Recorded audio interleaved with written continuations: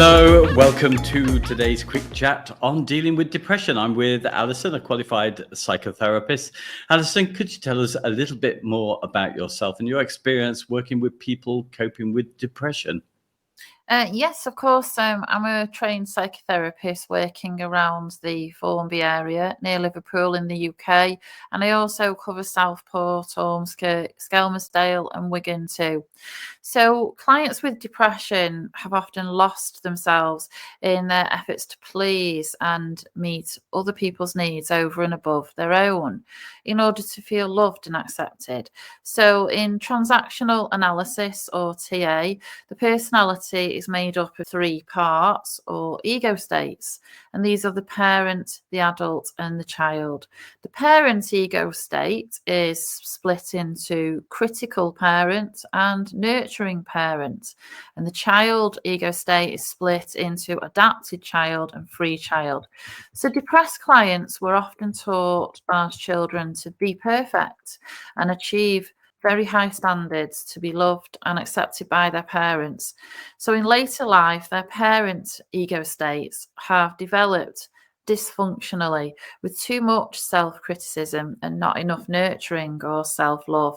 And depressed clients often learnt when they were children to take care of others whilst neglecting themselves, so that in later life, their child ego states have become over-adapted to constantly please others, losing their free child's ability to be playful, joyful, spontaneous about living life. Also, depressed clients often feel anger both towards themselves and others without fully understanding why. They suffer from low self esteem and are often characteristically passive in their relationships and decision making. So, these symptoms often stem from being taught as children to minimize their own needs, always putting others' needs first, and being taught to be overly dependent on others for love and reassurance. So, the anger that depressed clients often feel is due to their adult ego states lacking the confidence and the ability to make independent decisions about their own lives. So they are often actually frightened to even come for therapy. Could you explain how TA therapy can help with depression? Yeah, so it's a TA therapist's job to provide a healthy, nurturing parent that compensates for the client's very dominant, critical parent ego state. So, during the course of the growing, caring, and accepting, safe, empathic, and confidential therapy relationship between the therapist and the depressed client, the unmet childhood needs of the depressed client for love and acceptance unconditionally without needing to take care of the therapist will allow for the client's free child to become playful and learn that life is worth living. It is crucially important for the therapist to allow the client to openly admit to any suicidal thoughts and to make a no suicide contract and a safety plan with the client to keep them safe. So gradually, as the depressed client's unmet child ego state needs for love and acceptance are met by a nurturing therapist, their characteristic defenses of resistance to change, lack of trust, and passivity in relationships will start to dwindle. It's then possible to explore the reasons for the client's depression, which in TA therapy will include identifying early childhood injunctions. So these are messages received from parents, and they might be messages such as don't be close, don't trust, don't be you, don't feel, and don't make it. So these are unconscious childhood messages that are received from your parents, and they will have been written into a depressed client's life story or script, defining whether they live their lives as winners or they live their lives as losers, as happy or depressed people.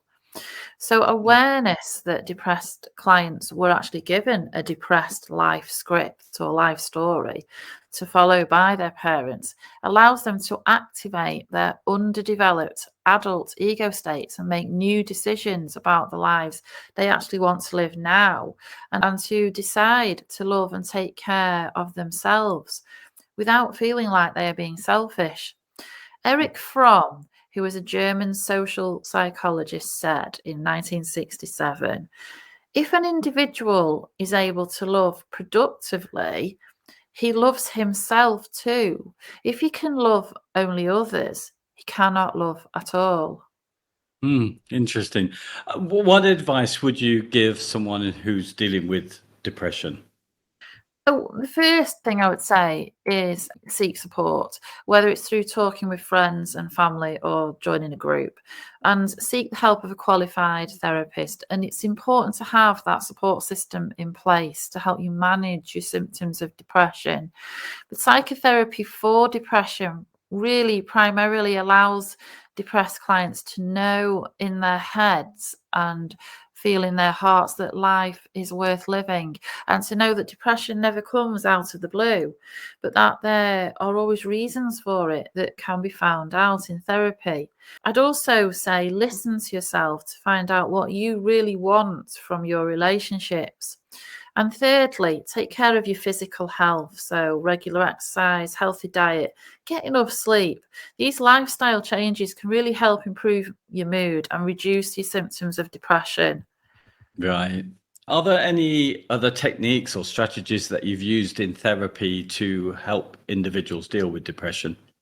Yeah, so another technique is mindfulness, where we help clients develop greater self-awareness and to accept their emotions. We might use other techniques such as meditation or breathing exercises to help depressed clients become more present in the moment and develop a greater sense of peace and calm. Two questions in one, really, with this one. How long does treatment for depression typically last, and when should someone consider seeking professional help? Yeah, so the length of treatment for depression really varies depending on the client and the severity of their depression. But research has shown that TA therapy can be effective in reducing the symptoms of depression. It's important to seek professional help if you're experiencing symptoms of depression that are interfering with your daily life. So this might include symptoms such as persistent sadness, a loss of interest in activities, feelings of worthlessness or hopelessness, or changes in your sleep or appetite, or thoughts of self-harm or suicide. Are there any particular challenges that you've encountered helping people to deal with depression?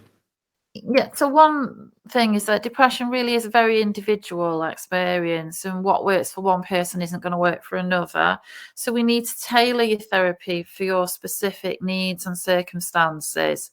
Another issue really is that depression is very complex, and there may be underlying factors such as trauma or medical conditions that need to be addressed in order to effectively treat your depression.